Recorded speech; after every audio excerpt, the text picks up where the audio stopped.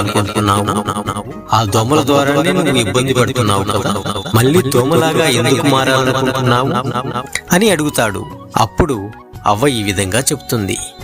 నేను ఆ దోమలు నన్ను ఎందుకు ఇలా కుట్టుతున్నాయో తెలుసుకోవాలి స్వామి.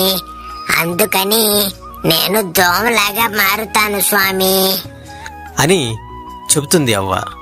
అప్పుడు ఆ స్వామి, సరే నువ్వు ఎలా అనుకుంటున్నావు అలాగే చేస్తాను. అయితే నేను నీకు ఒక మంత్రం చెబుతాను.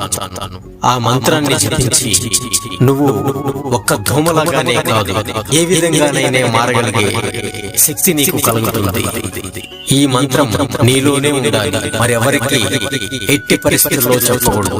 మరొకరి చెవులో నువ్వు ఈ మంత్రం చెప్పినచో నువ్వు అక్కడికక్కడే చనిపోతావు. నీ గుర్తుంచుకో.